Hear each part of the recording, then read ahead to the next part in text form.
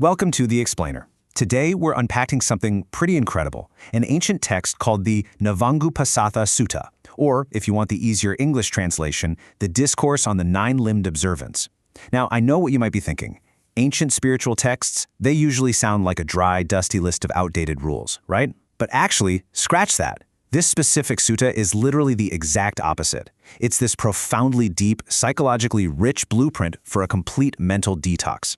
If you've ever felt totally overwhelmed by the crazy, relentless pace of our modern world and just wished you could hit a giant reset button, well, you're in the right place. This ancient observance offers an amazingly structured path to actual, real mental freedom. Okay, let's dive into this. Here's our roadmap.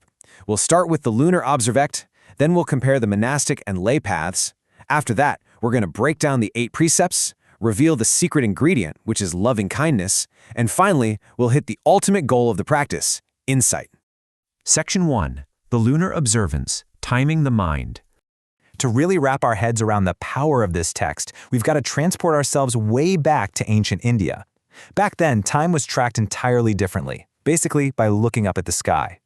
The text outlines a practice known as the Uposatha. Simply put, it's an observance day tied strictly to the lunar calendar traditionally kept on the 8th and then the 14th or 15th days of the lunar fortnight.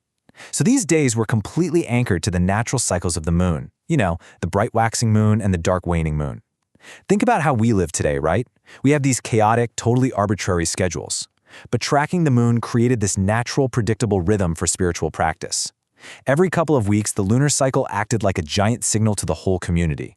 It meant it was time to put down their tools, pause their daily labor, and just reset their mind. Section 2. Monastic versus lay paths. 2 paths, 1 goal. Now, what's really interesting here is that while the entire community recognized the Uposatha, the way you actually observed it looked totally different depending on who you were. For the monastics, the monks and nuns, the day is heavily focused on community purity. It's essentially a big plenary session where they gather together to recite the Patimokkha, which is their code of monastic rules. They confess offenses to one another and hold a sort of reconciliation observance to iron out any disputes and keep harmony. But if you're a layperson, it's a totally different vibe. The laity temporarily steps completely away from the relentless grind of their daily work and family obligations. They take on strict precepts, study the Dharma, and meditate. So for them, it's this incredibly structured, intentional retreat right out of the everyday world. Section 3. The 8 precepts, the architecture of renunciation. For the lay practitioner, these 8 precepts are the core framework of the day. And it's super important to note, these aren't seen as punishments, not at all. They're a voluntary act of renunciation. It's all about letting go to make space for something greater. Let's look at the first 4. 1. No harming life, literally laying aside the rod and the sword. 2. No taking what isn't given, so living without theft. 3. No sexual acts, meaning a strict commitment to complete celibacy for that specific day and night. And 4. No false speech, making the truth your bond. The sutta actually explains that by adopting these, the layperson is actively emulating the arhats, the fully enlightened ones. For this one day and night, you're consciously restraining unwholesome bodily and verbal karma. You are hitting pause on that exhausting daily hustle of acquiring, competing, and consuming, and you're replacing all of that with harmlessness and absolute truth. And then we have the final 4 precepts. Number 5 is no intoxicants, so keeping the mind totally clear. 6 is no meals at the wrong times, which in practice means eating just 1 single meal a day. 7, abstaining from entertainment, singing, music, and even cosmetics. And finally, number 8, no high or luxurious beds, choosing a simple mat instead. I mean, just look at the stark contrast between this setup and our totally overindulgent modern lives. We are constantly entertained, we're snacking 24/7, and we're always looking for maximum physical comfort, right? Well, these precepts intentionally restrict food, comfort, and entertainment to actively strip away sensory distractions. And the result? It allows the practitioner to maintain a state of incredibly sharp, unclouded watchfulness. Section 4. The secret ingredient, loving kindness, the 9th limb. Now, you might be looking at that pretty heavy list of restrictions and thinking, how in the world could anyone strictly follow all of those boundaries without becoming completely miserable? Because let's face it, just focusing on what you're not allowed to do sounds rigid and exhausting, doesn't it? Well, that perfectly sets up the pivot for this entire practice. The 8 precepts, they're really just the physical scaffolding. It's the number 9 that changes the whole game. That ninth limb is loving kindness, also known as metta. The source text explicitly tells us that loving kindness empowers moral virtue. So, the absolute crucial point here is this. Without loving kindness, those 8 precepts are just a bunch of dry, rigid rules. But the text instructs the practitioner to pervade the entire world, above, below, across, everywhere, with a mind of loving kindness that is vast, exalted, measureless, and completely free from ill will. When you actively fill your mind with that kind of unconditional love for all beings, suddenly, keeping those strict precepts isn't a chore anymore.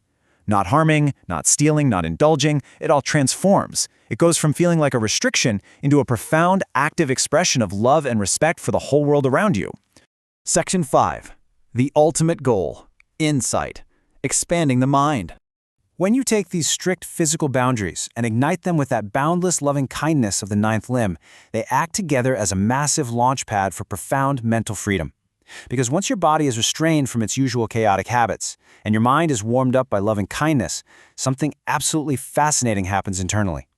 The translator's notes describe this using a really brilliant metaphor. It says that your memories and past thoughts will start parading right in front of you on your mind stage. Some are dancing, some are limping along, and the instruction here is so key. You don't fight your thoughts. The goal is to welcome them like characters in a play. You just let them come, you let them play out their little scene, and you let them go. This is the true renunciation of thoughts. You're no longer caught up in the drama of it all, you just become the quiet, peaceful observer of the stage. By letting these thoughts pass by without engaging them, the practitioner moves into a state called dhyana. This is a remarkably deep state of concentration where the mind becomes temporarily, but fully, free from the 5 physical senses and all mundane distractions. Because you've actively restricted your physical inputs using those precepts, the outside noise successfully shuts down, and that allows you to drop into an intense, boundless stillness. The text actually uses some incredibly evocative language to try and capture the climax of this profound state of awakening. It describes it as being absorbed completely in its fullness, like a flower in the cool morning dew, tingling and sparkling in this overpowering silence. I mean, isn't that just stunning imagery? By truly letting go of the physical world through this 9-limbed observance, the practitioner is filled with a bright, overpowering silence. The mind just becomes phenomenally calm, clear, and perfectly still. But as amazing as that absolute stillness is, it actually isn't the final stop. Emerging from this deep concentration, the mind is now sharp enough to grasp the ultimate goal of the entire practice, which is insight into impermanence. The text points out that as we observe the simple flow of our breath, we realize we cannot hold a single breath and say, "That's me." Just like a breath, every single thought, feeling, and sensation in our lives comes and then it's gone. We are not it. The text calls this anatam, mayata. Literally, we are not that. By observing those strict physical boundaries for the day, we actually gain the mental clarity needed to realize the boundless, ever-changing nature of reality itself. I want to end our explainer today with a final, slightly provocative thought for you. Do boundaries restrict our freedom, or are they actually the very scaffolding we need to build a truly boundless mind? You know, in our modern world, we almost always equate freedom with having absolutely zero restrictions. Eating whatever we want, buying whatever we want, consuming media 24/7. But the ancient wisdom of the 9-limbed observance really challenges us to look a little deeper. It suggests that true, profound mental freedom might actually begin with intentional, loving restriction. Thank you so much for joining me on this explainer today, and I really hope it leaves you thinking about how you might build just a little bit of that scaffolding in your own life.